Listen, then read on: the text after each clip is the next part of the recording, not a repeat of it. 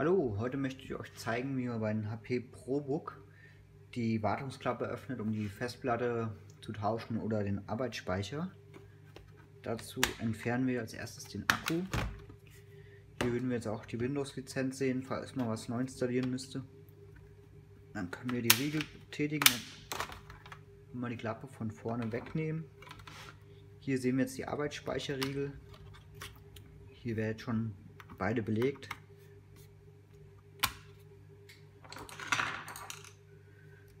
Und mit diesen 4 Schrauben hier können wir die Festplatte, die Harddisk ausbauen.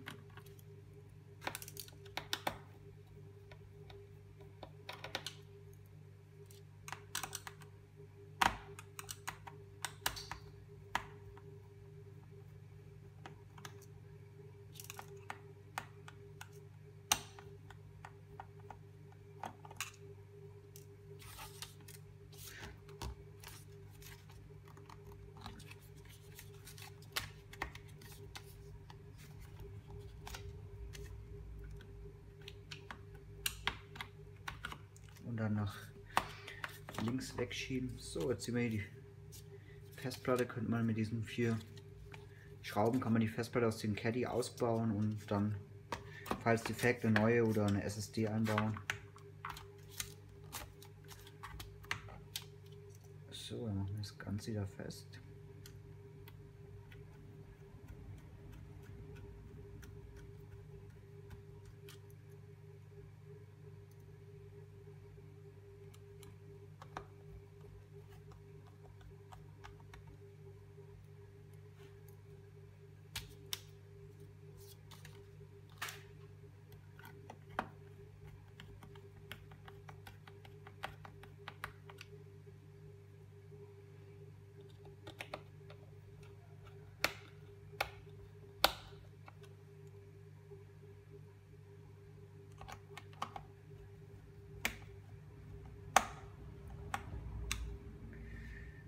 Falls wir diese Schraube lösen, könnten wir noch das optische Laufwerk mit dem DVD-Brenner herausnehmen und ganz einfach verschieben. Und so einfach ist es bei diesem Gerät.